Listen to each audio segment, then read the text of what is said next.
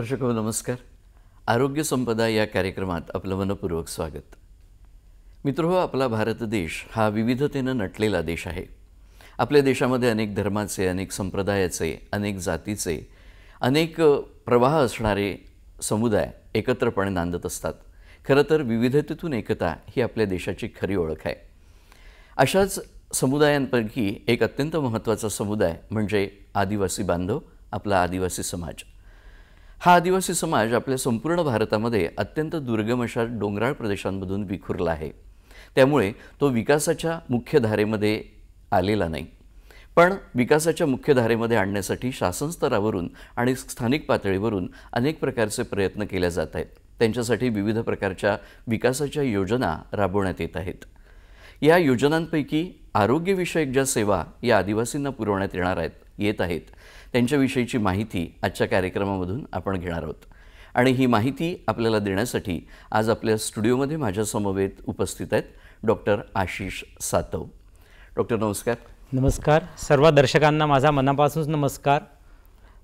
Doctor Ashish Satav हे मेळघाट या ठिकाणी आदिवासी बहुल असं ते क्षेत्र आहे. या ठिकाणी ते गेल्या 25 वर्षांपासून अत्यंत निरलसपणे स्वतःची वैद्यकीय सेवा पुरवत आहेत. याशिवाय मेळघाटमध्ये कार्यरत असणारा महान हा जो ट्रस्ट आहे, या ट्रस्टचे ते अध्यक्ष आहेत आणि मुख्य वैद्यकीय अधिकारी म्हणून देखील काम करत आहेत. अनेक पुरस्कारांनी त्यांना सन्मानित करण्यात आलं आहे.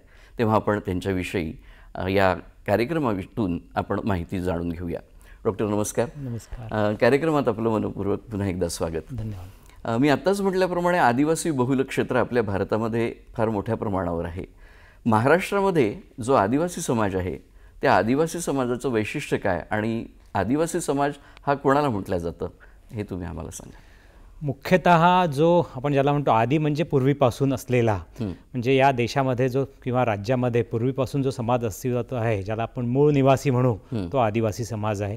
आणि हा बहुतेक समाज आजची जी डेफिनेशन आहे किंवा जी व्याख्या आहे, जो समाज हा जंगलामध्ये राहतो, त्यांच्या सवयी किंवा त्यांच्या ज्या आपण ज्याला म्हणू मूलभूत गरजा, वागणुकी याच्यामध्ये बाकी समाजापासून थोडा फरक आहे. आधुनिक सोयी सुविधांपासून जे दूर आहेत आणि ज्यांच्यामध्ये शिक्षणाचा प्रसार थोडा कमी झालेला आहे, असा जो सगळा समाज आहे तो बहुतेक त्याला आदिवासी समाज असं संबोधण्यात येतं. आणि हा समाज मुख्यतः महाराष्ट्राच्या डोंगराळ भागामध्ये, जंगलांमध्ये हा वास्तव्याला असतो. मला असं सांगा की मेळघाटसारख्या आदिवासी बहुल भागामध्ये जी सध्याची परिस्थिती आहे विकासाच्या दृष्टिकोनातून आपण काय सांगाल, त्याच्यावर काय प्रकाश टाकाल? विकासाच्या दृष्टीने आपण जर आधुनिक त्याचे मापदंड जर लावले तर हा भाग बराच अविकसित आपण त्याला म्हणूया.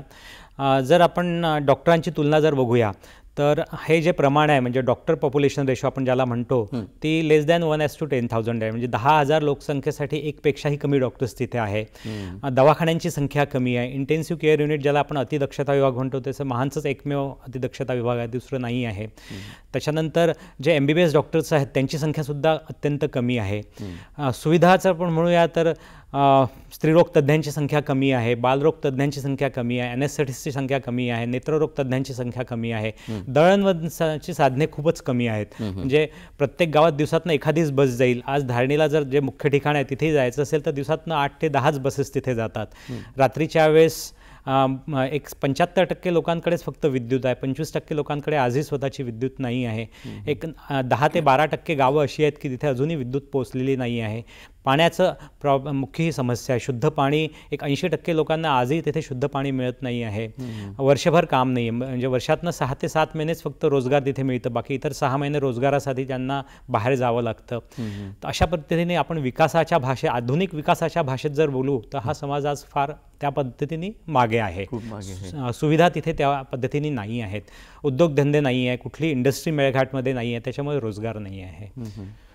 आणि दळणवळणाच्या सोयींबद्दल आपण काय सांगाल? रस्ते आणि एकंदरीत धरणं वगैरे यांच्या संदर्भात? रस्त्यांची संख्या कमी आहे आणि ज्याला आपण म्हणू बारामाही रस्ते यांची आपण जे पोहोचू शकू गावांपर्यंत त्याची संख्या खूप कमी आहे. म्हणजे 30 ते 40 गावं अशी मेळघाटातली आहे की पावसाळ्यातली 4 महिने ते इतर जिल्ह्यांपासून किंवा मेळघाटचे जो प्रमुख धारणी आणि चिखलदरा आहे त्यापासून तो भाग असा पूर्णपणे आपण ज्याला म्हणतो तुटून जातो, तिथे पोहोचू शकत नाही. आणि धारणीला जाण्यासाठी सुद्धा जो काही रस्ता आहे तो अत्यंत खराब अवस्थेत आहे आणि बसेसची संख्यासुद्धा खूप कमी आहे. दळणवळणाची साधने नसल्यामुळे लोकांना बरेचदा ज्या कालीपिली जीप्स असतात त्या एका जीपमध्ये ज्याची संख्या म्हणजे ज्याला आपण म्हणू क्षमता 10 लोकांची आहे तिथे 40 ते 50 लोक एका जीपमध्ये बसतात आणि प्रवास करतात. एका बसमध्ये 75 ते 80 लोक प्रवास करतात. लोकांना मग जाण्यासाठी नसल्यामुळे बरेचदा मग बैलगाडीतनं किंवा एखाद्या बाईकवर 4, 5, 6 लोक बाईकवर बसून प्रवास करतात. शिक्षणाची सोय, शाळा आहेत पण क्वालिटी फार त्याची खराब आहे. म्हणजे आपण ज्याला म्हणूया की 10वीत असलेला विद्यार्थी त्याला जर आपण इंग्लिशमध्ये नाव लिहायला सांगितलं किंवा 1001 लिहायला सांगितलं तो सुद्धा व्यवस्थित देऊ शकत नाही. त्याला दुर्दैवाने शिक्षक पूर्णपणे तिथे पोहोचू शकत नाही. त्यामुळे दुर्गम भाग असल्यामुळे शिक्षणाची सुद्धा राहायची व्यवस्था नाही आहे. त्याच्यामुळे शिक्षण आणि आरोग्य या 2 विभागांकडे अतिशय लक्ष देण्याची गरज आहे. अनेक समस्या आपण आदिवासींच्या समोरच्या सांगितल्या, त्यातली एक अत्यंत महत्त्वाची समस्या जो आजचा आपला विषय आहे ती म्हणजे आरोग्याची.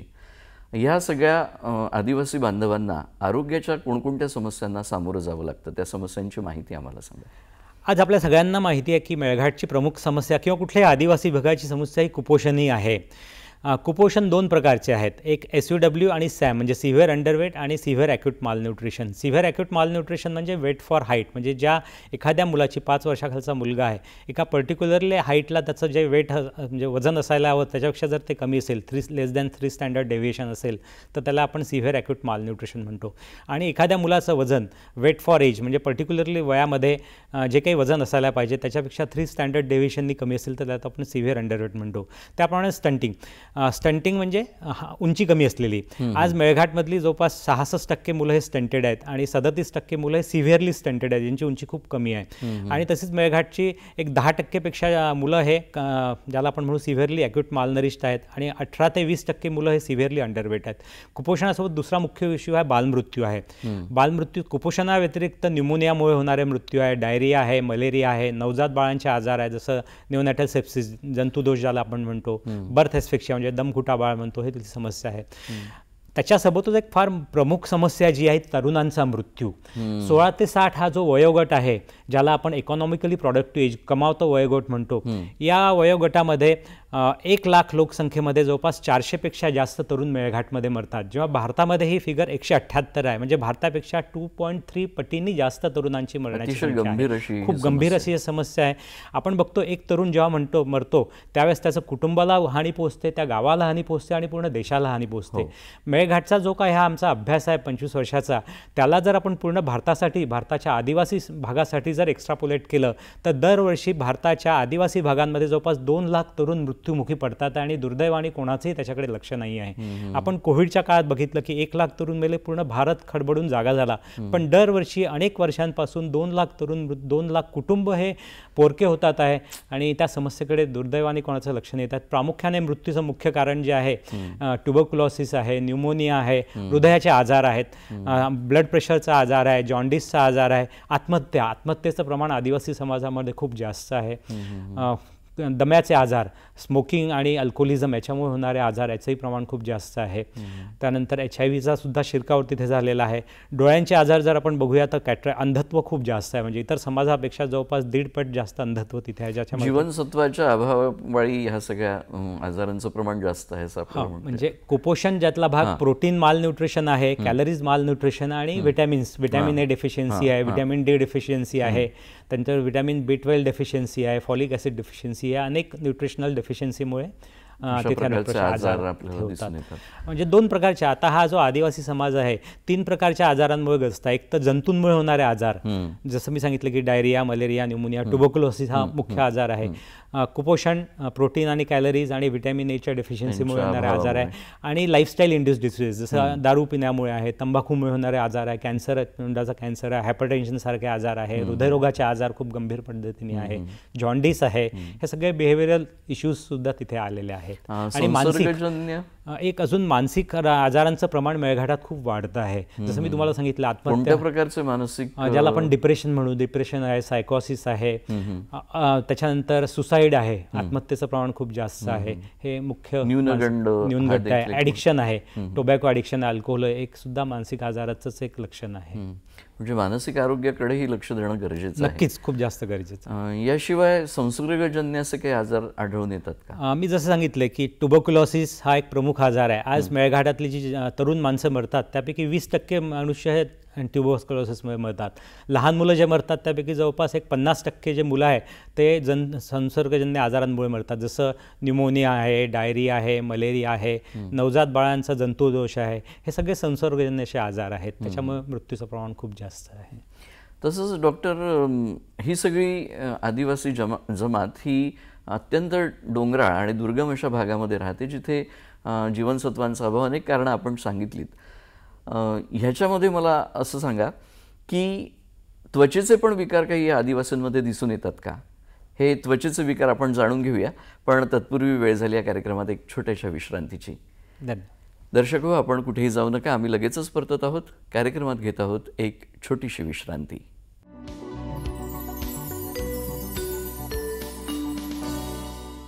विश्रांतीनंतर आरोग्य संपदा या कार्यक्रमात आपलं पुन्हा एकदा मनपूर्वक स्वागत. आजच्या कार्यक्रमामध्ये आपण आदिवासींना देण्यात येणाऱ्या आरोग्य सेवांविषयीची माहिती घेत आहोत आणि ही माहिती देण्यासाठी स्टुडिओमध्ये उपस्थित आहेत डॉक्टर आशिष सातव. सर, विश्रांतीनंतर आपलं देखील पुन्हा एकदा स्वागत.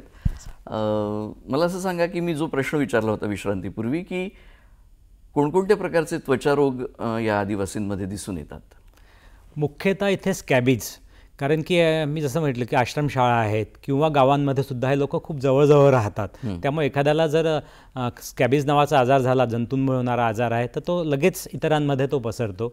दुसरा जो फंगल इन्फेक्शन्स, इथे मॉइश्चरचं प्रमाण खूप जास्त आहे. त्याच्यामुळे फंगस स्किनवर येणारे, ज्याला टिनिया आम्ही म्हणतो, टिनिया कार्पोरिस किंवा टिनियोक्युरिस, खाज सुटते आणि काळसर असा डाग शरीरावर येतो, हा एक मुख्य आजार आहे. घनदाट जंगलांमध्ये सूर्यप्रकाश देखील पोचू शकत नाही, तर त्याच्या अभावामुळे पण काही आजार होतात का? होय, जसं एक मुख्यतः हा जो मी तुम्हाला फंगल इन्फेक्शन म्हटलेलं आहे ते एक कॉमन आहे. दुसरं व्हिटॅमिन डी डिफिशियन्सी, की व्हिटॅमिन डी डिफिशियन्सी खूप कॉमन आहे तिथे. हाडा ठिसूळ होणे, कॅल्शियमचं प्रमाण शरीरात खूप कमी होऊन जाणे, त्याच्यामुळे फ्रॅक्चर्सचं प्रमाण, ह्याचं प्रमाण खूप जास्त मेळघाटमध्ये उन्हाच्या कमतरतेमुळे, ऊन पोचू शकत नाही म्हणून. ह्या सगळ्या समस्यांना तोंड देण्यासाठी आणि या आदिवासींना प्रवाहाच्या विकासाच्या मुख्य प्रवाहामध्ये आणण्यासाठी शासनातर्फे तसंच स्थानिक संस्थांच्या माध्यमातून अनेक प्रकारच्या योजना राबवण्यात येत आहेत. तर शासकीय पातळीवरून ज्या योजना या आदिवासींच्या आरोग्यविषयक सेवा ज्या पुरवण्यासाठीच्या आहेत, त्या योजनांची माहिती आता आम्हाला सांगा. एक सगळ्यात महत्त्वाची योजना आहे आपण आरोग्य यंत्रणा जी आहे, की ज्याच्या अंतर्गत मेळघाटमध्ये एक उपजिल्हा रुग्णालय आहे, 2 रुरल ग्रामीण रुग्णालय आहेत आणि 11 प्राथमिक आरोग्य केंद्र आहेत. तर उपजिल्हा रुग्णालय आणि ग्रामीण रुग्णालय याच्यामधनं मुख्यतः आजारांचा उपचार होतो, ज्याला आपण सेकंडरी लेवलची ट्रीटमेंट म्हणतो, की ज्या ठिकाणी बालरोग तज्ज्ञ आहे, स्त्रीरोग तज्ज्ञ आहे आणि जनरल फिजिशियन्स आहेत. दुसरं प्रायमरी हेल्थ सेंटर्स जे आहेत, म्हणजे प्राथमिक आरोग्य केंद्र आहे, इथे किरकोळ आजारांचा उपचार होतो, की कोणाला संडास लागलेली आहे, हातापायाला लागलेला आहे किंवा ताप आलेला आहे, सर्दी पडसा आहे. आणि मुख्यतः हे प्राथमिक आरोग्य केंद्रांचं काम हे प्रिव्हेन्शनकडे जास्त असतं. म्हणजे एका आरोग्य केंद्रामध्ये एक साधारणतः 25 ते 40 गावं त्याच्या अंतर्गत येतात आणि त्या गावांमधल्या आरोग्य समस्यांचा अभ्यास करणे, त्या आजार होऊ नये म्हणून प्रयत्न करते. जसं पाण्यामुळे होणाऱ्या डायरियाचा आजार आहे किंवा जॉन्डिस, कावीळ आहे किंवा टायफॉइड आहे, हे आजार होऊ नये म्हणून शुद्ध पाण्याचा पुरवठा तिथे व्हावा, यासाठी काम करणं हे PSCचं आहे. सेकंड ICDS योजना आहे, ज्याला आपण अंगणवाडी केंद्र म्हणतो. त्या अंगणवाडी केंद्रातनं खिचडी वाटप किंवा सकस आहाराचं वाटप मुलांसाठी केलं जातं आणि शिक्षणाची सोय त्या ह्याच्यातनं होते. तिसरं आहे की माननीय पंतप्रधान मातृत्व वंदना योजना, गर्भवती मातांसाठी योजना आहे. तर जननी सुरक्षा योजना आहे. त्यानंतर नवसंजीवन योजना आदिवासींसाठी, की शेतकऱ्यांसाठी वेगवेगळ्या कृषी विभागाच्या योजना आहेत, इलेक्ट्रिसिटीच्या योजना आहे, रोजगार हमी योजना आहेत. याच प्रकारच्या अनेक साऱ्या योजना सरकार त्या ठिकाणी राबवतो. आणि अब्दुल कलाम गर्भवती महिलांसाठी आहाराची योजना आहे. त्याच्यानंतर VCDC सेंटर्स आहेत, ज्याच्यामध्ये कुपोषित मुलांसाठी आहार दिला जातं. चाइल्ड ट्रीटमेंट सेंटर्स आहेत, ज्यामध्ये कुपोषित मुलांना दवाखान्यात भरती करून त्यांचा उपचार तिथे केला जातो. अशा अनेक प्रकारच्या विविध योजना तिथे राबवण्यात येतात. आपण मेळघाटसारख्या ग्राउंड लेव्हलवर काम करत आहात. या शासकीय योजनांची कितपत प्रभावी अंमलबजावणी तिथे झाली आहे किंवा काही त्यात त्रुटी आपल्याला दिसून येतात का? शासकीय योजना खूप चांगल्या आहे आणि खूप जास्त प्रमाणात आहेत, पण दुर्दैवाने त्या पूर्णपणे पोहोचत नाही. जेव्हा अधिकारी चांगले असतात त्या योजना खूप चांगल्या पद्धतीने तिथपर्यंत पोहोचतात. मला आठवतं की ज्यावेळेस मेळघाटमध्ये प्रवीण कुमार परदेशी सर कमिशनर होते, किंवा त्यानंतर भापकर सर कलेक्टर होते, शैलेश नवल कलेक्टर होत्या, किंवा SGO मिताली सेठी मॅडम होत्या, की ह्या लोक असताना मेळघाटसारख्या ठिकाणी योजना खूप 90% योजना खूप चांगल्या पद्धतीने पोहोचायच्या. पण इतर वेळेस थोडंसं त्याच्यामध्ये इश्यूज आहेत त्या, आणि इम्प्लिमेंटेशनचे इश्यूज आहेत. कारण की जे मोठे अधिकारी असतात ते वारंवार मेळघाटमध्ये जाऊ शकत नाही. त्याच्यामुळे तिथले जे स्थानिक अधिकारी असतात त्या गाव पातळीवर त्यांचं मॉनिटरिंग जे आपण ज्याला म्हणतो ते व्यवस्थित पद्धतीने होत नाही. त्याच्यामुळे मग योजना प्रभावीपणे पोहोचू शकत नाही. जसं मी तुम्हाला एक उदाहरण देतो की कुपोषणाची खरी जी फिगर आहे की एक 100 मुलं जर असतील तर 100 मुलांपैकी 20 मुलं हे अतितीव्र कुपोषित आहेत. पण त्या योजनेचं मॉनिटरिंग नसल्यामुळे जे काही ग्रामपातळीचे कार्यकर्ते आहेत ते फक्त 8% किंवा 6% कुपोषित मुलं हे दाखवतात. त्याच्यामुळे राहिलेल्या 50% मुलांना, कुपोषित मुलांसाठी जो काही बेनिफिट मिळायला पाहिजे तो मिळत नाही. तर ते एक आहे. त्यापेक्षाही महत्त्वाचं मला असं वाटतं की जी काही पॉलिसी, ध्येय धोरणं आहेत ती ध्येय धोरणं आदिवासी विभागाच्या, ग्रामीण विभागाच्या दृष्टीने बनवली जात नाहीत. एक छोटंसं उदाहरण देतो की आपण मुंबई किंवा दिल्लीत बसून सगळ्या योजना बनतात आणि मुंबईची जनता किंवा नागपूरची जनता याला काय गरज आहे, तीच गरज आपण समजतो की मेळघाटच्या किंवा गडचिरोलीच्या जनतेची आहे. जसं दवाखाना, आपली अपेक्षा असते की सगळ्या रुग्णांनी दवाखान्यात यायला पाहिजे, पण मेळघाटातली जनता जी आहे ती खूप गरीब आहे, अज्ञानी आहे, दवाखान्यांचं महत्त्व त्यांना माहिती नाही. त्याच्यामुळे ते ज्याला आपण हेल्थ सिकिंग बिहेवियर म्हणतो याचं प्रमाण खूप कमी आहे. ट्रॅडिशनल फेथ हिलर्स आहेत, अज्ञान असल्यामुळे थोडे सुपरस्टिशन्स आहेत. त्याच्यामुळे दवाखान्यांमध्ये पेशंट्सनी येण्यापेक्षा दवाखान्यांनी किंवा डॉक्टरांनी गावांपर्यंत कसं पोचायला पाहिजे ती योजना महत्त्वाची आहे. जसं एक छोटासा प्रयोग महान ट्रस्ट, आमची जी संस्था आहे महान नावाची, आम्ही एक छोटासा शास्त्रशुद्ध प्रयोग केला काही गावांमध्ये की गावातल्या ज्या आदिवासी महिला आहेत ज्यांना आम्ही आरोग्यदूत म्हणतो त्यांना आम्ही प्रशिक्षण दिलं. लहान मुलांच्या आजारांचं ओळखायचं की डायरिया कसा आहे, मलेरिया, न्यूमोनिया कसा आहे, नवजात बाळांचे आजार काय आहेत, आणि ते ओळखून त्याचा उपचार कसा करायचा. आणि त्याद्वारे त्यांनी जवळपास आतापर्यंत 1 लाख मुलांच्या आजारांचा उपचार केला. त्याच्यामुळे बालमृत्यूदर जवळपास 70% कमी झाला. कुपोषित मुलांचा गावाचाच उपचार केला, त्याच्यामुळे कुपोषणाचं प्रमाण हे जवळपास 70% कमी झालेलं आहे. तरुण माणसांचा उपचार केल्यामुळे 50% तरुणांचा मृत्यूदर कमी झाला आहे. तर अशा प्रकारची गावांसाठी गरजेची असलेली जी योजना आहे ज्याला आपण कम्युनिटी बेस्ड हेल्थ केअर म्हणतो ती शासनाने द्यायला पाहिजे. तर त्याचं तिथे आहे कमतरता आहे. दुसरी जी प्रामुख्याने आहे की समाजाचं पार्टिसिपेशन, ज्याला कम्युनिटी पार्टिसिपेशन आपण म्हणतो, ते दुर्दैवाने लोकसहभाग जो आहे तो लोकसहभाग घेण्याची अत्यंत गरज आहे. कारण की आमचा 25 ते 30 वर्षाचा अनुभव आहे की स्थानिक जो समाज आहे अत्यंत मनाने खूप चांगला आहे आणि त्यांच्या गरजा काय आहेत, त्यांना कुठल्या पद्धतीने आरोग्यसेवा द्यायला पाहिजे हे त्यांची जाणीव खूप चांगल्या पद्धतीने आहेत. त्यांच्यासोबत बसून चर्चा करून, ग्रामसभा घेऊन जर आपण त्यांच्या समस्या जाणून घेतल्या आणि त्यांच्या समस्या त्यांच्या पद्धतीने सोडवण्याचा जर प्रयत्न केला तर खूप चांगल्या पद्धतीने होईल. एक छोटंसं अजून एक उदाहरण देऊ शकतो. आम्ही जेव्हा 2005ला आम्ही सगळ्या सरकारी दवाखान्यांचा अभ्यास केला तर आम्हाला लक्षात आलं आहे की सरकारी दवाखान्यांमध्ये असणारे डॉक्टर्स आणि तिथला असलेला समाज यांच्यामध्ये भाषेचा एक मुख्य अडचण आहे. त्यामुळे ते लोकांपर्यंत सरकारी योजना पोहोचू शकत नाही. त्याच्यामुळे त्या आरोग्य यंत्रणासुद्धा व्यवस्थितपणे प्रभावीपणे तिथे सेवा देऊ शकत नव्हत्या. लोकांना सुविधा मिळत नव्हत्या, ॲम्ब्युलन्स मिळत नव्हत्या, जेवायला अन्न मिळत नव्हतं, औषधोपचार मिळत नव्हता.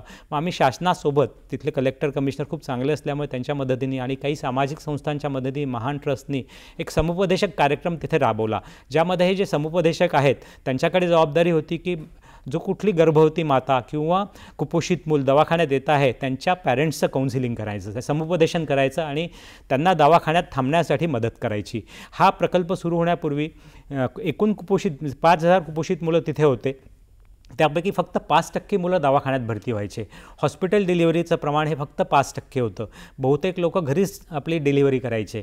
तर या समुपदेशकांच्या समुपदेशनामुळे म्हणजे त्यांचं ज्याला आपण म्हणूया दुभाषकाचं ते काम करायचे. रुग्णांच्या भावना समजून घ्यायच्या, त्यांच्या गरजा समजून घ्यायचे, ते डॉक्टरांपर्यंत पोचवायचे आणि त्यामुळे भरतीचं प्रमाण, कुपोषित मुलांच्या भरतीचं प्रमाण जवळपास 30 पटीने वाढलं आणि गर्भवती महिलांच्या डिलिव्हरीचं जे प्रमाण आहे, हॉस्पिटल डिलिव्हरीचं प्रमाण हे जवळपास जवळपास एक 50 पटीने वाढलेलं आहे. तर अशा प्रकारच्या ज्या योजना आहेत, ज्याला आपण म्हणूया समुपदेशनाची, ती योजना राबवण्याची तिथे गरज आहे. दुसरं एक आहे की सरकारी योजनांचं मॉनिटरिंग करण्याची खूप जास्त गरज आहे. मी जसं तुम्हाला म्हटलं की सरकारी अधिकारी अतिदुर्गम भास असल्यामुळे पोहोचू शकत नाही, तर तिथे काम करणाऱ्या एक 10 ते 12 खूप चांगल्या पद्धतीने काम करणाऱ्या सामाजिक संस्था आहे, त्यांच्याकडे जर सरकारी योजनांचं मॉनिटरिंगचं काम जर सरकारने जर दिलं तर खूप चांगल्या पद्धतीने या योजना सरकारच्या लोकांपर्यंत पोहोचू शकतील.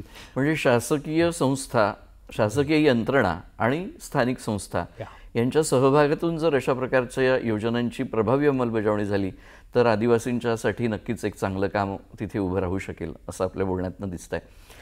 तसंच मला असं सांगा, आता तुमच्या बोलण्यातनं महान या संस्थेविषयीचा उल्लेख आला. ही काय महान संस्था काय आहे, हा ट्रस्ट काय आहे आणि कशा पद्धतीचं काम आपलं आहे ते आम्हाला सांगा. महान संस्था हा एक शॉर्ट फॉर्म आहे. M for meditation, aids, H for health, A for addiction आणि N फॉर न्यूट्रिशन. तर आम्ही आरोग्याचे मुख्य आणि ज्याला आपण म्हणू आहाराचे मुख्य विषय घेऊन त्याच्यावर काम करतो आणि गेल्या 25 वर्षापासून महान ही संस्था मेळघाटमध्ये काम करते. मी आणि माझी पत्नी कविता, जी आय सर्जन आहे, मी स्वतः MD मेडिसिन केलेलं आहे, GMC नागपूरमधनं झालेलो आहोत आणि आमच्यासोबत डॉक्टर प्रकाश आमटे, डॉक्टर अभय बंग आहेत, डॉक्टर अविनाश सावजी आहे, कन्ना मडावी, अशा अनेक सामाजिक कार्यकर्त्यांच्या मदतीने आम्ही ही संस्था मेळघाटमध्ये 25 वर्षापासून सुरू केलेली आहे. आणि माझे जे आजोबा आहे वसंतराव बोंबटकर, यांचं पूर्ण आयुष्य गांधी, विनोबा, जयप्रकाश नारायण यांच्यासोबत गेलेलं आहे आणि त्याच्यामुळे गांधीजी जे म्हणायचे की खरा भारत हा खेड्यात राहतो आणि युवकांनी खेड्यात जायला पाहिजे, त्या विचारांना धरून मग आम्ही ही संस्था सुरू केलेली आहे. आणि खेड्यांपेक्षाही आदिवासी भागांमध्ये आरोग्याच्या सुविधा कमी असल्यामुळे त्यावेळेस तिथे 2च फक्त प्रायमरी हेल्थ सेंटर्स होते, सुविधा नव्हत्या, लोक खूप मरत होते, बालमृत्यूदर खूप जास्त होता, कुपोषण जास्त होतं, म्हणून मग महान संस्थेने आपलं काम तिथे सुरू केलेलं आहे. या संस्थेविषयी आणि तुमच्या ध्येयधोरणाविषयी आणखी माहिती आपण जाणून घेऊया, पण कार्यक्रमात वेळ झाली एक छोट्याशा विश्रांतीची. दर्शक हो, कार्यक्रमात घेत आहोत एक छोटीशी विश्रांती.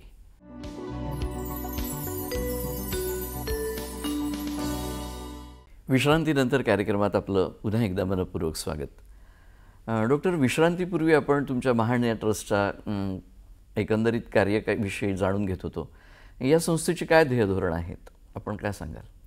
मुख्यतः महान गांधीजींच्या ध्येयधोरणानुसार काम करणारी संस्था आहे, ग्रामीण भागासाठी आरोग्य पुरवणारी संस्था आहे.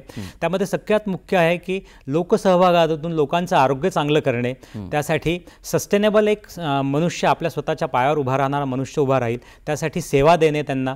दुसरं, त्यांना ॲक्टिव्हिस्ट बनवा, म्हणजे सेवेच्या माध्यमातून, ॲक्टिव्हिझमच्या माध्यमातून आणि ॲडव्होकसीच्या माध्यमातून लोकांच्या आरोग्यामध्ये सुधारणा करणे.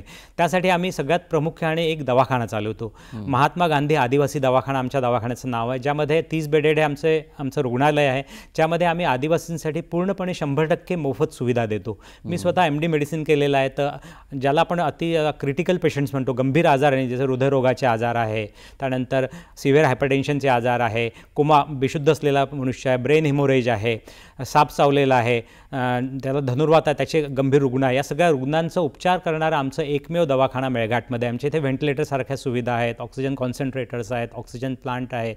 दुसरा आमचा जो आहे डोळ्यांचा दवाखाना आहे. माझी मिसेस कविता जी आहे ती आय सर्जन आहे, तर ती डोळ्यांचा दवाखाना तिथे कॅट्रॅक्ट, मोतीबिंदूंच्या शस्त्रक्रिया तिथे होतात, डोळ्यांसाठी चष्मे तिथे दिल्या जातात. सोबतच आमच्या इथे सर्जरीचे कॅम्प्स होतात, वर्षातनं एक जवळपास 4 सर्जिकल कॅम्प्स होतात, ज्यामध्ये डॉक्टर दिलीप गहाणकरी हे ऑस्ट्रेलियावरून येतात आणि नागपूरमधनं डॉक्टर शैलेश निकर, अनेक प्रकारचे सर्जन्स नागपूर आणि भारताच्या इतर भागातून येतात. एक जवळपास 250 प्रकारच्या सर्जरीज तिथे केल्या जातात, ज्यामध्ये कॅन्सर्स, तोंडाचा कॅन्सर्स आहे, पॅरोटिड ट्युमर्स आहेत, त्याच्यानंतर क्लेफ लिफ, क्लेफ पॅलेट आहे. थंडी तिथे खूप असते, त्यामुळे लोक खूप जळतात, तर त्या जळालेल्या लोकांचा उपचार, सर्जरी तिथे केल्या जाते, ही सुद्धा पूर्णपणे मोफत केल्या जाते. त्यासोबतच आम्ही डॉक्टर खिरवडकर म्हणून या बालरोग तज्ज्ञ आहेत, त्या तिथे असतात, तर लहान मुलांच्या आरोग्यांचा उपचार तिथे होतो. सोबतच डॉक्टर गोडे म्हणून हे स्त्रीरोग तज्ज्ञ आहेत, तर डिलिव्हरीची सुविधा आहे. कालच एक अत्यंत गंभीर असं सिझेरियन सेक्शन डिलिव्हरी एका गरीब स्त्रीची आमच्या इथे करण्यात आली, मृत्यूच्या दारातनं तिला वाचवण्यात आलेला आहे. कालच आमच्या इथे 4 गंभीर रुग्णांचा उपचार होऊन त्यांचा जीव आम्ही वाचवलेला आहे. सोबतच वैराग्य शांती निलयम तिथे आहे, म्हणजे जे टर्मिनली इल पेशंट्स असतात, कॅन्सरमुळे आहे किंवा किडनी फेल्युअरमुळे आहे, त्यांचा मृत्यू हा शांततेने व्हावा त्यांना शेवटच्या आयुष्यात दुःख त्यांचं कमी व्हावं त्यासाठी वैराग्य शांती निलयम आहे. पेनलेस थेरपी हॉस्पाईस म्हणतो, तर असं हॉस्पाईस आम्ही तिथे चालवतो. बालमृत्यू कमी करण्यासाठी आम्ही गावातल्या आदिवासी महिलांना ट्रेनिंग दिलेलं आहे, ज्याच्याद्वारे ते लहान मुलांच्या आजारांचा उपचार गावात करतात, ज्यामुळे जवळपास 70% बालमृत्यू कमी झालेला आहे. कुपोषित मुलांच्या आजारांसाठी आम्ही 8 प्रकारच्या स्पेशल डिशेस केलेल्या आहे, ज्या WHO आणि युनिसेफ यांच्या मापदंडाप्रमाणे बनवलं आहे, ज्याच्यामध्ये एक जवळपास 15 ते 20 ग्राम प्रोटीन्स आहेत, एक जवळपास 450 ते 550 कॅलरीज आहेत आणि 20 ते 30 ग्राम फॅट्स आहेत आणि 40 प्रकारचे मायक्रोन्यूट्रिएंट्स आहेत. ते आम्ही कुपोषित मुलांना 3 ते 6 महिने पूर्णपणे मोफत देतो. दर महिन्यात जवळपास दररोज 250 ते 300 कुपोषित मुलांना तो आहाराचा वाटप आम्ही केला जातं आणि त्याच्यामुळे कुपोषित मुलांच्या मृत्यूचं प्रमाण जवळपास 90% कमी झालेलं आहे आणि कुपोषणाचं प्रमाण 78% कमी झालेलं आहे. सोबतच आम्ही आरोग्य दूतांमार्फत तरुण माणसांचा उपचार, हायपरटेन्शनचा उपचार आहे, डायरिया, मलेरिया, न्यूमोनिया याचा उपचारसुद्धा गावातल्या गावातच तिथे केला जातो. त्यामुळे 50% तरुणांचा मृत्यूदरसुद्धा कमी झालेला आहे. सोबतच आम्ही ब्लाइंडनेस कंट्रोल प्रोग्राम अंतर्गत जी कविताची जी टीम आहे ती जवळपास 300 गावांमध्ये रोज जाऊन त्या वेगवेगळ्या गावांमध्ये जाऊन तिथल्या लोकांचे डोळे तपासण्यात येतात. शाळेतले जे मुलं आहेत त्या मुलांचे किंवा गावांमधले जे छोटे मुलं आहेत त्यांचे डोळे तपासतो आणि त्यांचा मोफत उपचार आमच्या इथे केला जातो. सोबत आम्ही अनेक प्रकारचे संशोधन करतो. जसं आम्ही एक respiratory syncytial virus Bill and Melinda Gates Foundation आहे, त्यांच्या मदतीने आम्ही मेळघाटमध्ये न्यूमोनियामुळे मुलं का मरतात त्याचा खूप मोठा अभ्यास 100 गावांमध्ये केला आणि त्यामधनं लक्षात आलं आहे की रेस्पिरेटरी सिन्सायटल व्हायरस नावाचा एक व्हायरस आहे, ज्याच्यामुळे एक जवळपास 10% मुलं मरतात. तर त्याच्यावर आम्ही मोठा अभ्यास केला. दुसरं आम्ही शास्त्रशुद्ध संशोधन केलेलं आहे मिट्स नावाचं, मिनिमल इन्व्हेसिव्ह टिश्यू सॅम्पलिंग. हा जगातला पहिला प्रयोग होता, हा सुद्धा गेट्स फाउंडेशनच्या मदतीने केला, की आम्ही ॲम्ब्युलन्समध्ये मेलेले मुलं किंवा तरुण यांच्या ब्रेनमधनं म्हणजे मेंदूमधनं किंवा फुफ्फुसामधनं किंवा यकृतामधनं आम्ही पेशी घ्यायचो आणि त्याची तपासणी करण्यासाठी ICMRचं जे सेंटर आहे national institute of virology Pune किंवा गव्हर्नमेंट ऑफ इंडियाचं ICMRचं दिल्लीला जे सेंटर आहे नॅशनल इन्स्टिट्यूट ऑफ पॅथॉलॉजी, येथे ते तपासण्यासाठी पाठवायचो आणि त्याच्यामुळे मृत्यूचं मुख्य कारण आम्हाला लक्षात यायला लागलेलं आहे. सोबतच आम्ही व्यसनाधीनता तिथे खूप जास्त आहे म्हणून व्यसनमुक्तीचे कार्यक्रम रेग्युलरपणे घेतो. मानसिक आरोग्य खराब असल्यामुळे म्हणजे सुसाईड प्रिव्हेन्शनचे कार्यक्रम आम्ही तिथे घेतो आणि ह्या सगळ्या ॲक्टिव्हिटीज सस्टेनेबल व्हाव्या, कुपोषण होऊ नये म्हणून मग आम्ही न्यूट्रिशन गार्डन आणि न्यूट्रिशन फार्मिंगचं काम करतो. म्हणजे जवळपास 1.5 लाख लोकांचा उपचार तर आम्ही हॉस्पिटलमध्ये केलाच आहे. 3.5 लाख लोकांच्या डोळ्यांची तपासणी गावांमध्ये केलेली आहे आणि जवळपास 4,000 कुपोषित मुलांना आहार वाटप केला. त्याच्यासोबतच आम्ही 10,000 जवळपास न्यूट्रिशन गार्डन ज्याला आपण म्हणूया किंवा परसबाग म्हणूया अशी लोकांना तिथे तयार करून दिलेली आहे, ज्यामधनं स्थानिक आदिवासी बंधू भगिनींनी जवळपास 3.5 लाख किलोग्राम भाजीपाला, फळं, त्याच्यानंतर काजूसारखे सगळ्या गोष्टी, केळी याची निर्मिती केलेली आहे आणि त्याच्यामुळे 4,000 कुटुंबातलं कुपोषणाचं प्रमाणसुद्धा कमी झालेलं आहे. अशा अनेक प्रकारच्या ॲक्टिव्हिटीज आम्ही तिथे करतो. सोबतच सरकारी योजनांचं काम प्रभावीपणे लोकांपर्यंत पोचायला पाहिजे म्हणून ॲडव्होकसी करतो. आम्ही माननीय मुंबईच्या उच्च न्यायालयामध्ये पब्लिक इंटरेस्ट लिटिगेशन ज्याला आपण म्हणूया अशी जनहित याचिका गेल्या 16 वर्षापासून दाखल केलेली आहे आणि जे आता चंद्रचूड साहेब भारताचे मुख्य न्यायाधीश आहेत त्यांच्या काळात मोहित शहा सर असताना, जयंत पटेल सर असताना जवळपास 26 महाराष्ट्र शासनाच्या पॉलिसीजमध्ये आम्ही बदल करू शकलो. त्याच्यामुळे 10 लाख लोकांना त्याचा फायदा झालेला आहे आणि मला वाटतं ही फार मोठी उपलब्धी त्याच्यामुळे आम्ही देऊ शकलेलो आहे आणि हा फायदा फक्त मेळघाटसाठी नाही तर पूर्ण महाराष्ट्राच्या सगळ्या आदिवासी भागांना त्याच्यामुळे फायदा झालेला आहे. खरोखरीच अनेक महत्त्वाच्या अशा योजना आणि महत्त्वाचे उपक्रम आपण राबवत आहात आदिवासींच्या आरोग्याच्या दृष्टीने. मला असं सांगा, इतक्या मोठ्या प्रमाणावर जी वैद्यकीय मदत आणि आरोग्यविषयक आपण सोयी सवलती आदिवासींना देता, याच्यासाठी आर्थिक पाठबळ आपण कसं काय मिळवता आणि कशा पद्धतीने हे काम चालतं? मी स्वतःला एक मोठा भिकारी समजतो की जसं आमच्या लग्नाची कंडिशन होती, मी कविताला म्हटलं होतं की आपल्याला स्वतःसाठी नाही पण इतरांसाठी भीक मागण्याची आपली तयारी असायला पाहिजे. तर दानदात्यांच्या आमचं 99% जे काम आहे ते दानदात्यांच्या भरोशावर आहे. केअरिंग फ्रेंड्स नावाचा मुंबईला एक ग्रुप आहे ज्याच्यामध्ये रमेश अंकल कचोली आहे, प्रकाश आपटेजी आहेत, निमेशभाई आहे. ह्या लोकांनी जवळपास 500 मित्रमंडळांचा एक गट तयार केला आहे जो आम्हाला सतत मदत करतो. बजाज ऑटो लिमिटेड जे आहे ते आम्हाला मोठ्या प्रमाणात मदत करत असते. त्याच्यानंतर एक गिरीश साईवे आहे ते आम्हाला मदत करतात. आता आपण ज्याला म्हणूया मास्टेक फाउंडेशन आहे, अशा अनेक प्रकारचे CSRs मदत करतात आणि स्थानिक लोकांची खूप जास्त म्हणजे ज्याला आपण म्हणूया दानदाते जे इंडिव्हिज्युअल डोनर्स आहेत ते खूप मोठ्या प्रमाणात आहेत. त्यासोबत आपल्या वैद्यकीय सेवा मोफत देणारे जसं इथे नागपूर मेडिकल कॉलेजच्या डीन होत्या डॉक्टर विभावरी दानी मॅडम आहेत, मी सांगितलं डॉक्टर शैलेश निसळ आहेत किंवा डॉक्टर दिलीप गहाणकरी आहे, डॉक्टर हाजरा सर आहेत, असे अनेक प्रकार, रोटरी क्लब नागपूर आहे, सगळे निशुल्क सेवा आम्हाला देत असतात. आणि मला असं वाटतं की आमची सगळ्यात मोठी ॲसेट हे जवळपास 500 ते 600 प्रकारचे दानदाते आणि आपल्या सुविधा निशुल्कप्रमाणे देणारे लोक आहेत. डॉक्टर ठाकरे आहेत, या सगळी मंडळी आहेत आणि यांच्यामुळेच आम्ही हे काम इथे करू शकतो. डॉक्टर नितीन वैरागकर आहेत की ज्यांनी फार मोठ्या प्रमाणात आम्हाला मदत या सगळ्या कामांमध्ये केलेली आहेत. मेळघाट म्हटलं की बालकांचं कुपोषण हे एक समीकरण मधल्या काळामध्ये होतं आणि खूप मोठ्या प्रमाणावर या कुपोषणाच्या माध्यमातून बालमृत्यूंचं प्रमाण खूप जास्त होतं आणि अतिशय गंभीर अशी ही समस्या होती. या कुपोषणाच्या बाबतीत नेमकं आपण आपल्या संस्थेच्या माध्यमातून कोणत्या प्रकारचे उपक्रम राबवण्यात आले आणि हे कुपोषणाचं प्रमाण कमी करण्यात आपण संस्थेचं योगदान कसं ठेवलं?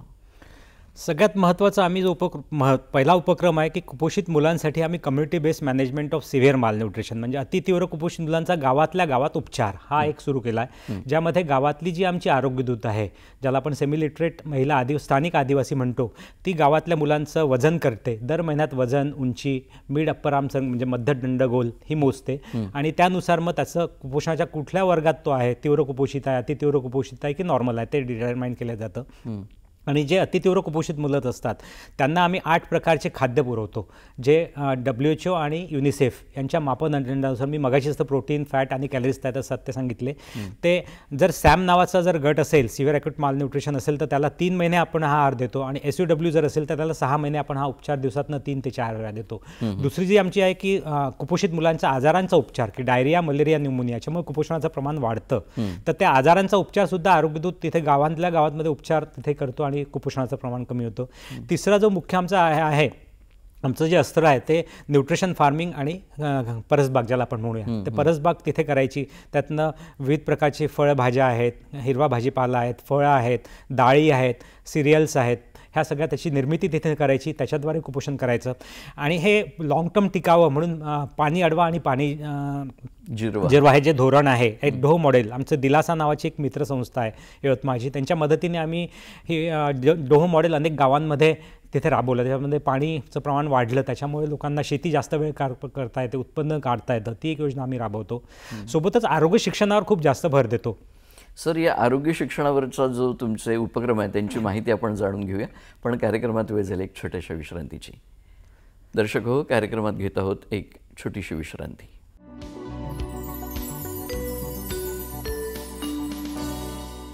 आपण बघत आहात कार्यक्रम आरोग्य संपदा. विश्रांतीनंतर आपल्या सगळ्यांचं पुन्हा एकदा मनपूर्वक स्वागत. विश्रांतीपूर्वी आपण आरोग्य शिक्षण या अत्यंत महत्त्वाच्या विषयासंबंधी माहिती सांगत होतात. तर आपल्या संस्थेच्या माध्यमातून हे आरोग्य शिक्षण कशा पद्धतीने दिलं जातं? आम्ही थोडं ज्याला आपण म्हणू हटके अशा प्रकारे आरोग्य शिक्षण करतो आहे. आमचा मुख्य जो आरोग्य शिक्षणाचा भर आहे ते सकस आहार कसा घ्यायचा, त्याच्यानंतर दवाखान्यात डिलिव्हरी कशी करायची, कुपोषण होऊ नये म्हणून काय करायचं, लवकर कमी वयात लग्न करायचं नाही, लग्न झाल्यावर लवकर मुलं होऊ द्यायचे नाहीत, या सगळ्या अशा विषयांना, स्वच्छता कशी करायची याच्यावर असतं. पण मुख्यतः आम्ही आरोग्य शिक्षण तोंडाने न बोलता करून दाखवतो, ज्याला आपण डेमॉन्स्ट्रेशन म्हणतो. आपण प्रात्यक्षिकांच्या माध्यमातून, जसं सकस आहार कसा बनवायचा, आपल्या घरात जे काही आहे, जे काही धान्य आहे, जे काही डाळी आहेत, त्याच्यामधनं सकस आहार याचं आम्ही गावांमध्ये जाऊन प्रशिक्षण तिथे लोकांना देतो. त्याच्यानंतर परसबाग कशी बनवायची हे आम्ही त्यांना प्रत्यक्ष करून दाखवतो. फक्त नखं कापायला पाहिजे हे सांगत नाही, तर नखं ॲक्च्युली आम्ही नेल कटर्स घेऊन आमचे कार्यकर्ते दररोज गावांमध्ये जाऊन मुलांचे नखं कापतात, त्याचं प्रात्यक्षिक करतो. साबणाने हात कसे धुवायचे, संडासवरनं आल्यावर साबणाने हात कसे धुवायचे, जेवणापूर्वी साबणाने हात, हे आम्ही सामूहिक त्याचं प्रदर्शन असं करतो आणि त्याचंसुद्धा आम्ही शिक्षण तिथे लोकांना देतो. सोबत आम्ही एक तिथल्या स्थानिक मुलांचे फोटोज घेऊन त्याच्यामधनं आम्ही एक चित्र प्रदर्शनी ज्याला आपण म्हणू किंवा फ्लिपचार्ट म्हणू, ते फ्लिपचार्ट तयार केलेलं आहे, ज्याच्यामधनं एक प्रभावीपणे 1 to 1 समुपदेशन करून त्याच्याद्वारे आम्ही आरोग्य शिक्षण करतो. आम्ही कोरकू भाषेमध्ये एक डॉक्युमेंटरी फिल्म तयार केलेली आहे की कुपोषण होऊ नये, बालमृत्यू कसा कमी करायचा, तरुणांचा मृत्यू कसे कमी करायचा, आणि त्याच्याद्वारे आम्ही आरोग्य गावागावांमध्ये संध्याकाळी रात्री त्या फिल्म्स आम्ही तिथे दाखवतो. ग्रामसभा आम्ही घेतो, म्हणजे गावागावांमध्ये जाऊन लोकांसोबत चर्चा आम्ही करतो. वेगळ्या प्रकारचे उपक्रम, त्यांना सरकारच्या योजना कुठल्या आहेत, आरोग्य चांगलं राहावं म्हणून काय केलं पाहिजे, त्या चर्चासत्रांमध्ये त्यांना मांडतो. सोबतच त्यांना स्ट्रीट प्ले, म्हणजे त्याला आपण म्हणू रस्त्यावर आम्ही नाट्य पथनाट्य. पथनाट्य तिथे गावांमध्ये आमची मंडळी तिथे सतत करत असते. त्याच्यामधनं आरोग्य शिक्षण मोठ्या प्रमाणात केलं जातं. सोबतच व्यसनमुक्ती होऊ नये म्हणून, व्यसनमुक्ती व्हावी म्हणून आणि व्यसनांपासून दूर राहावं म्हणून त्याचे स्पोर्ट्स क्लब, ज्याच्यातनं व्हॉलीबॉलच्या मॅचेस आम्ही घेतो. त्यांना शेतीकडे वळवतो की शेतीमधनं रिहॅबिलिटेशन जर केलं तर व्यसनापासून दूर राहतील. त्याच्यामधनं आम्ही आरोग्य शिक्षण करतो. त्याच्यानंतर आम्ही एक बस तयार केलेली, ज्याला आम्ही BCC व्हॅन म्हणतो, म्हणजे आरोग्य शिक्षणाचीच फक्त व्हॅन ती तयार आहे. ती गावागावांमध्ये आम्ही आरोग्य शिक्षण, ज्याच्यामध्ये एक LCD प्रोजेक्टर लावलेला आहे, ती गावागावांमध्ये जाते आणि लोकांना हे सगळे आरोग्य शिक्षण त्यामध्ये आम्ही देत असतो. खूप अभिनव अशा पद्धतीने हे सगळं काम आपण करत आहात, जेणेकरून आरोग्यविषयक जनजागृती निर्माण करणं हा एक अत्यंत महत्त्वाचा भाग त्यातून प्रतिबिंबित होतो. मला असं सांगा डॉक्टर आता की यांच्यामध्ये अगदी हात धुण्यापासूनच्या सवयी त्यांना नाही आहेत. अतिशय दुर्गम अशा भागामध्ये ही मंडळी राहतात. तर तुम्हाला काय जाणवलं यांच्यामध्ये कोणकोणत्या प्रकारच्या आणखी सुधारणा करण्याची गरज आहे? हे तुम्हाला आता तुम्ही इतके वर्ष तिथे काम करतात, या संशोधन आपण त्यातून केलेलं आहे, तर कोणत्या गोष्टींवर जास्त भर दिला म्हणजे हे लोक आरोग्याच्या मुख्य प्रवाहामध्ये येतील आणि एक सुदृढ असा समाज त्या ठिकाणी निर्माण होऊ शकेल? सगळ्यात महत्त्वाचं जे आहे की गावांमध्ये आरोग्य सुविधा देणं खूप महत्त्वाचं आहे. म्हणजे जे काही 80% आजार आहे त्यांचा उपचार गावातच केला जाऊ शकतं. त्याच्यामुळे गावातली जी नर्सबाई असते किंवा अंगणवाडी असते किंवा आशा वर्कर असतं, यांना जर प्रशिक्षण दिलं तर ते बहुतेक आजारांचा उपचार तिथे करू शकतील आणि एक जवळपास 60% मृत्यूदर तिथेच कमी करू शकतील. 70% कुपोषण तिथेच कमी करता येईल. दुसरा, ज्या काही सगळ्या म्हणजे RUTF देण्याऐवजी लोकल थेराप्युटिक फूड म्हणजे स्थानिक आहारातनं तयार केलेला सकस आहार, ज्याच्यामध्ये प्रथिने आहेत, ऊर्जा आहे, वेगवेगळे मायक्रोन्यूट्रिएंट्स आहेत, या जर तिथेच बनवून आदिवासी समाजाकडनंच त्या तयार करायच्या आणि तिथल्या तिथे त्या समाजाला, कुपोषित मुलांना द्यायच्या, हा एक सगळ्यात महत्त्वाचा, ज्याला community based management of severe malnutrition म्हणतात, त्याचा तिथे तो उपचार करायचा.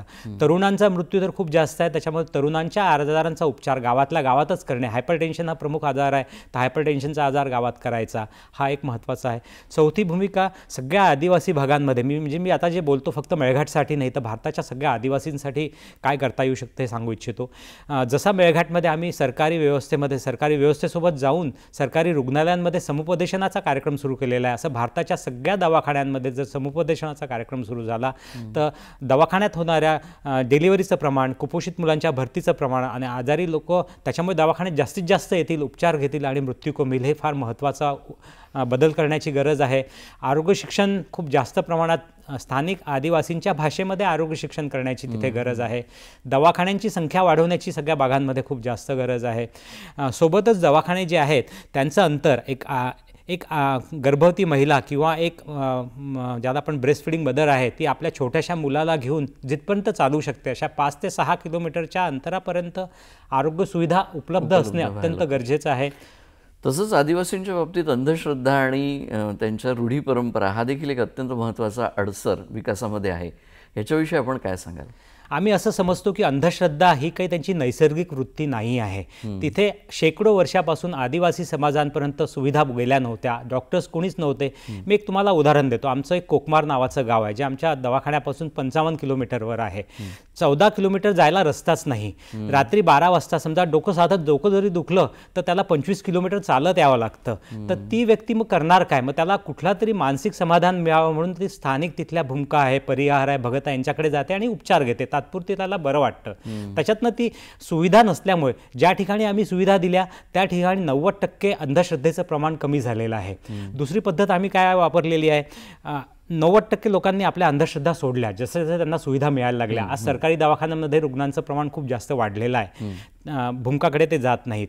10% लोक जातात, त्यांना ते सुद्धा दवाखान्यात येत नाही. ते म्हणतात आम्हाला आता भूमकाकडे जायचं. मग आम्ही त्यांना काय सांगतो, बाबा रे तू भूमकाचा उपचार घे पण तू आमच्या दवाखान्यात सुद्धा उपचार घे. म्हणजे माझ्या ICU मध्ये जिथे व्हेंटिलेटरवर पेशंट असतो आणि त्या व्हेंटिलेटरवर तो भूमका तिथे येऊन उपचार करतो. आम्ही त्याला परवानगी देतो. तुला धागा बांधायचा ना तू धागा बांध, तुला मंत्र म्हणायचा ना मंत्र म्हण. एक माझ्याकडे आत्ता 2 महिन्यापूर्वी एक स्नेक बाईटची व्हेंटिलेटरवर पेशंट होती आणि एक भूमका मोबाईलवरनं त्याला मंत्रोपचार करत होता. इतका ॲडव्हान्स टेक्नॉलॉजी आज झालेली आहे. आणि जोपर्यंत या अंधश्रद्धा नुकसानकारक नाही आहे तोपर्यंत मला असं वाटत नाही आपण त्यांना ते थांबवण्यासाठी प्रयत्न करावे. उलट आमची चमू काय करते की आमची चमू दररोज त्यांना टार्गेट दिलं आहे की प्रत्येक जे आमचे पर्यवेक्षक आहे किंवा आरोग्यदूत आहे त्यांनी किमान 1 ते 2 अशा भूमिका परिहार किंवा भगत त्यांना जाऊन भेटायचं, त्यांची भूमिका समजून घ्यायची, त्यांना आधुनिक आरोग्याविषयी माहिती द्यायची आणि त्यांना कन्व्हिन्स करायचं की त्यांनी आजारी लोकांना दवाखान्यात पाठवायला हवं. आणि मला फार चांगलं वाटतं सांगायला आज की जवळपास 50 ते 60% भूमिका परिहार आज रुग्णांना दवाखान्यात पाठवतात आहे. म्हणजे आरोग्यदूत म्हणून त्यांचीच मदत घेऊन नक्कीच त्यांच्यावर उपचार आपल्याला करता येऊ शकतील. अतिशय सुरेख आपण माहिती देतात. आपण आणखी बोलूया, पण कार्यक्रमात घेऊया एक छोटीशी विश्रांती. दर्शक हो, कार्यक्रमात घेत आहोत एक छोटीशी विश्रांती.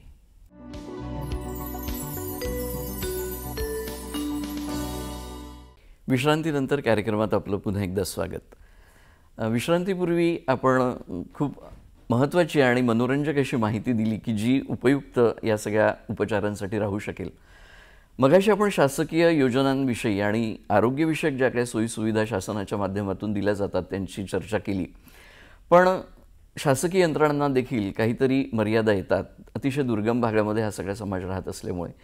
तर स्थानिक लोकांच्या सहभागातून शासकीय योजनांची प्रभावी अंमलबजावणी करण्याच्या दृष्टीने आपल्या संस्थेच्या माध्यमातून आपण कुठलं काम करत आहात? जसं आता मी सांगितलं की सरकारी तिथे 14 दवाखाने आहेत आणि ती व्यवस्था सुधारण्यासाठी आम्ही सरकारच्या मदतीने आणि 10 सामाजिक संस्थांनी मिळून एक ज्याला आपण काउन्सिलर प्रोग्राम किंवा समुपदेशक नावाचा कार्यक्रम सुरू केला आहे, ज्यामध्ये अधिक स्थानिक आदिवासी स्त्री आणि पुरुष ज्या 10वी ते 12वी पास आहेत हे स्थानिक आदिवासी समाजाला त्यांचे कुपोषित मुलं, आजारी मुलं आणि गर्भवती महिला यांना भरती करण्यासाठी त्यांचं समुपदेशन करतात. आणि गेल्या 15 वर्षापासून हा कार्यक्रम सुरू आहे.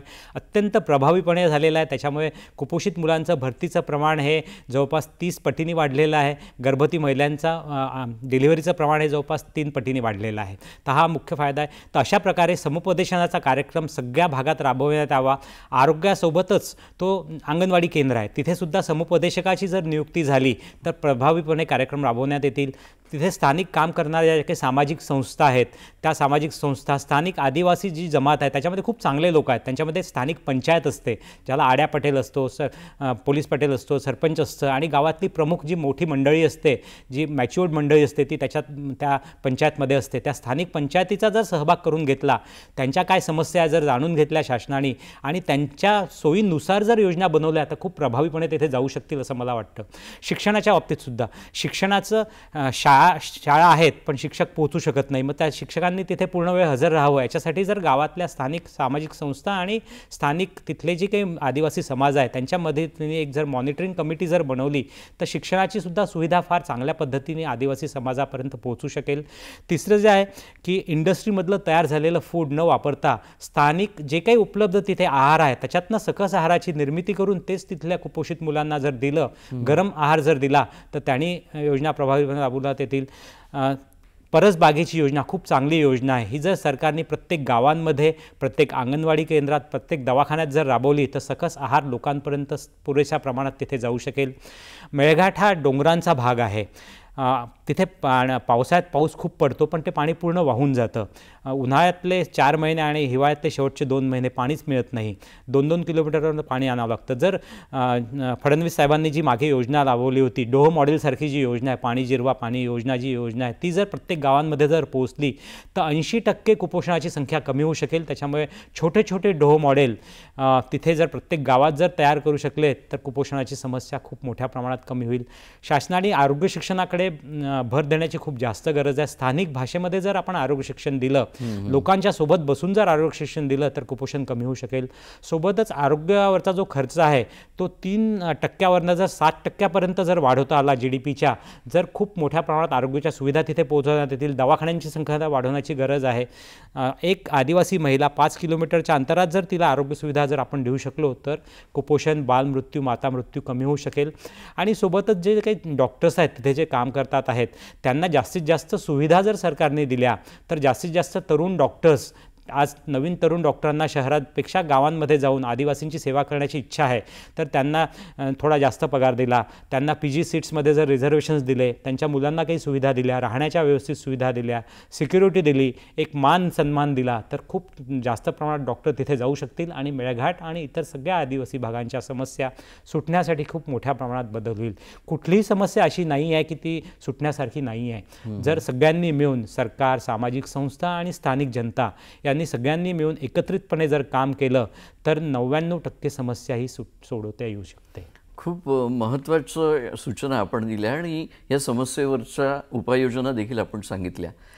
वेळ थोडा असल्यामुळे आपल्याला थांबावं लागणार आहे. तत्पूर्वी या संपूर्ण तुमच्या प्रवासामध्ये इतका मोठा तुमचा दीर्घ असा प्रवास आहे आणि इतक्या आदिवासी बहुल क्षेत्रामध्ये, दुर्गम भागामध्ये आपण काम करत आहात, तर नवीन पिढीला या कामातून प्रेरणा मिळण्यासाठी आपण काय संदेश द्याल?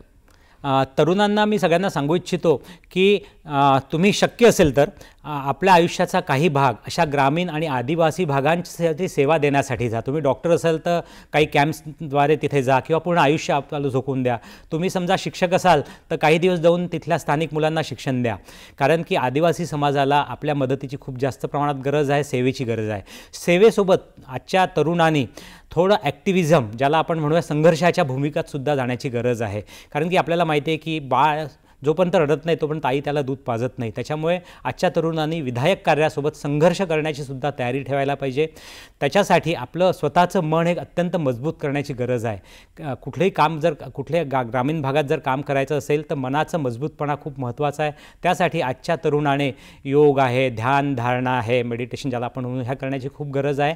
आणि सगळ्यांना सोबत घेऊन चालण्याची खूप गरज आहे, ज्याला आपण म्हणू सामूहिक प्रयत्नांची गरज आहे. दुर्दैवाने आजचं तरुण मंडळी ज्याला आपण म्हणूया एकलकोंड होत आहे, तर तसं न करता सगळ्यांना सोबत घेऊन, सगळ्यांना मिळून मिसळून काम करून कसं टीमवर्क ज्याला आपण म्हणूया, टीमवर्क शिकण्याची खूप जास्त गरज आहे, समाजाभिमुख होण्याची गरज आहे. आणि आपल्या देशासाठी काहीतरी करण्याचं आपलं कर्तव्य आहे, ते आपण कर्तव्य केलं. जसं आमचे हक्क आहेत तसे आमचे काही कर्तव्यसुद्धा आहेत, ते आम्ही पार पाडले पाहिजे. आणि या तरुणांकडनं मला खूप जास्त आशा आहेत. दिवसेंदिवस खूप चांगले तरुण या क्षेत्रात सामाजिक कार्यात येतात आहेत, तर त्यांनी खूप चांगलं काम करावं. खूप चांगलं काम ते करू शकतात. आणि सुदैवाने आजची तरुण पिढी अत्यंत हुशार आहे. त्यांच्या हुशारीचा फायदा त्यांनी या देशासाठी करून द्यावा, हीच माझी त्यांना नम्र अशी विनंती आहे. अतिशय समर्पक आणि योग्य शब्दामध्ये आपण हा संदेश दिलात. खरोखरच असं जर झालं तर सुदृढ आणि सशक्त भारत निर्मितीसाठी त्याचा नक्कीच प्रयत्न होईल, असा आशावाद आपण या ठिकाणी व्यक्त करूया. आज आपण आलात, अतिशय सोप्या शब्दामध्ये आणि खूप छान माहिती आमच्या दर्शकांना दिलीत. याबद्दल दूरदर्शनच्या वतीने मी आपला मनपूर्वक आभार मानतो. नमस्कार सर, आपण खूप चांगल्या पद्धतीने मुलाखत घेतली, त्यामुळे आपला मी अगदी मनापासून आभारी आहे.